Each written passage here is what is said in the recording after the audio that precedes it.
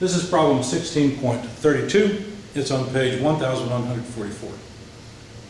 In order to determine the mass moment of inertia of a flywheel of radius 600 millimeters, a 12 kilogram block is attached to a wire that is wrapped around the flywheel. The block is released and is observed to fall 3 meters in 4.6 seconds.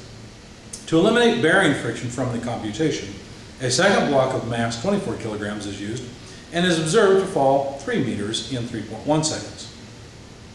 Assuming that the moment of the couple due to friction remains constant, determine the mass moment of inertia of the flywheel. Okay. So what we're given is a flywheel pivoted on the ground with a weight hanging off of it that's released from rest. Now, this mass is either 12 kilograms or 24 kilograms. Now, in the case of 12 kilograms, the mass moves 3 meters in 4.6 seconds. It moves 3 meters in 3.1 seconds with the heavier mass. Now, what I'd like to do is figure out simply the acceleration of the block. So if we use a constant acceleration equation, because this would be constant acceleration, the final position is equal to the initial position plus the initial velocity in the y direction. We're using our typical x, y coordinate system. Really all we need is y up. Times time plus 1/2 acceleration in the y direction t squared. Notice it's released from rest, therefore there is no initial velocity. And if we take the reference to be here, that's the 0 point for our coordinate system, basically like this, plus y. That's what we really need. Well then, obviously, the final position is going to be -3 meters in both cases. Okay? And what we'll be able to do is figure out the acceleration in the y direction. And the acceleration of this block will relate to the tangential acceleration of the disk. That's why I want it. So we'd have 2 times -3 meters in the numerator in all cases, moving that 2 over to the other side, divided by time squared. So in the case of the 12 kilogram load, we'd have -6 meters divided by a time of 4.6 seconds squared, which gives us an acceleration of about -0.28355 meters per second squared. In the case of the heavier weight, the acceleration in the y direction is -6 meters divided by 3.1 seconds squared. And so that gives us about -0.62435 meters per second squared. So now we know the acceleration of the weight. If we think about the mass itself, a free body diagram of it is trivial. You got tension up and weight down. So summing forces in the vertical direction, you get negative weight of the mass plus tension equals mass times acceleration in the y direction. And we've already computed the acceleration in the y direction. Okay? Now, rearranging this just a bit, notice that weight is just mg, so the tension must be equal to the mass times g plus the acceleration in the y direction. Why? Because mg is the weight that I moved to the other side of the equation. Hopefully that's not too many steps at once. And then I factor out the mass. So we just have g plus ay. Now notice, g acts downward, right? But we've already taken that directionality into account by knowing that the weight acts downward.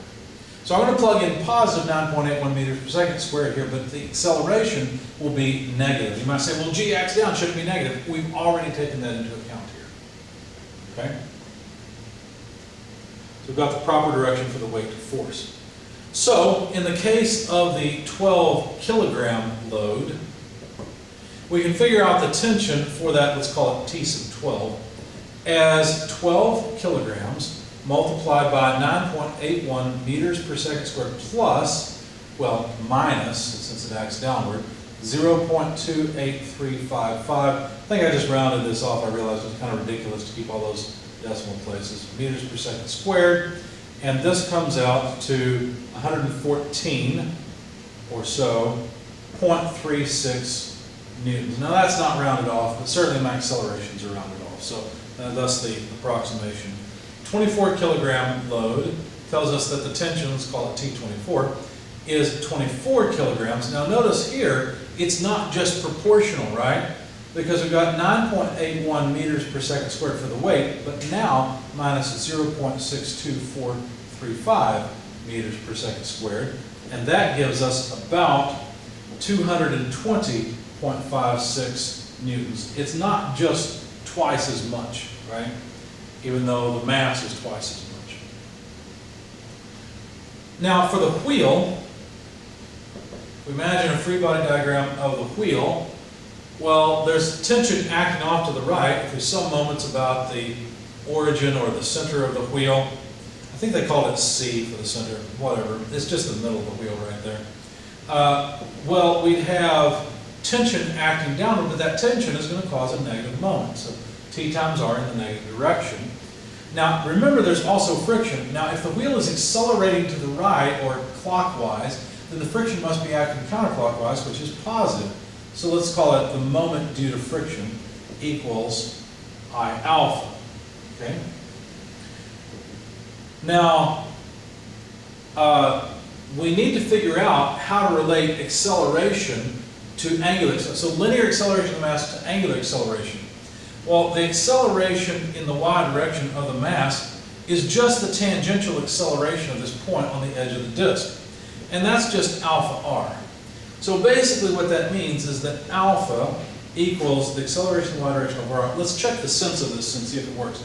I didn't use vectors to figure this out.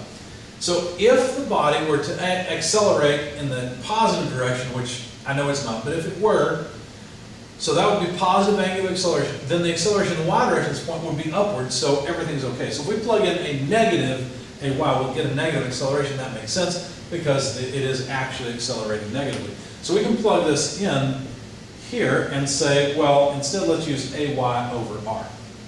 Okay? All right. What can I get rid of? I'm getting pretty low on the board. Let's get rid of this because we don't need it anymore. We still need the accelerations in the y direction. Anyway, let's continue with this wheel moment sum. And what I need to do is rearrange to solve for I. Well, that shouldn't be too bad. That's what we're looking for, is the moment of inertia I. So we simply need to take R and AY, invert and multiply. And what would we have? Well, we'd have the friction moment minus T times R, all multiplied by R over AY. Okay. So, in one case, we have I equals the friction moment. Let's take the case of 12 kilograms. In the case of 12 kilograms, the tension, we know, is, here it is, 114.36 newtons. The radius is always the radius of the disk, and that's a known, that's 0.6 meters. We'll check our units in just a second. Times R, well, R is the radius of the wheel, 0.6 meters, divided by acceleration in the y direction. In the case of the 12 kilogram load, that's negative 0.28355 meters per second squared. Now, I haven't been careful with my units. This has units of newtons, this has units of meters. So we've got Newton meters. Well, I wrote newtons, so that's units of meters. The torque, the frictional torque, should have units of Newton meters. And so we have Newton meters squared over meters per second squared. What's that? Let's look at it. Meters per meter per second squared. So these 2 meters go away. And notice that newtons are nothing more than kilograms meters per second squared. You know what, that's pretty messy. Let's try again. So this is kilograms meters per second squared for newtons times then meters times second squared, because we would invert and multiply the denominator fraction. The second squared go away. We get simply kilograms meters squared, which are the proper units for the moment of inertia. So now we know what our units are. We don't really need to carry them through everything. And then I did the same thing for the 12 kilogram load. The frictional torque we assume is still the same. But the tension in the string for the 24 kilogram load is 220.56 0.56. We have to multiply that by the radius, 0.6, and then 0.6 over the acceleration. I guess we can get rid of this acceleration. We don't actually need it anymore. But now we need the acceleration of the 24 kilogram load, negative 0.62435. Okay? All right. Now notice we have two equations and two unknowns. The unknowns are I and the frictional torque. So we don't really need the rest of this anymore. We just need to solve these two equations and two unknowns. And hopefully I haven't made a mistake where I need to go back and look at my work because it's gone on the board. I don't know if I made a mistake on the board. I don't think so. The units look right. Everything looks okay. So from this equation, what I decided to do was to simply take the fraction, invert, and multiply. So from this equation, the 12 kilogram equation, I got that negative 0.472583I, notice that's just this term, inverted and multiplied, equals MF minus, now 114.36 times 60% came out to 68.616.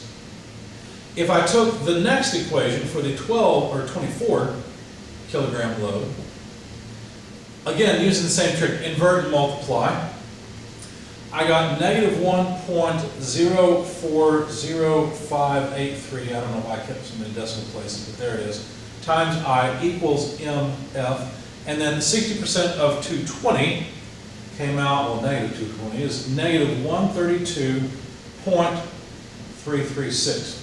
And I realized what I'd really like to do is add these together in such a way that the frictional torque cancels. So I just multiplied the lower equation by negative 1, and then I just added the two equations together.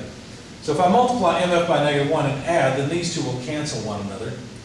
And then I was able to take, 1.040583, which is now positive, and subtract off the multiplier on I, and I got 0.568I on the left-hand side, obviously 0 for the MFs on the right-hand side, adding the negative 132.336 and then subtracting 68.616, you get plus 63.72. And from that, it's easy to calculate I by just dividing 63.72 by 0.568. I got about 112.18, and these are kilograms meters squared. And I think that's correct. I haven't verified it, but the method is correct.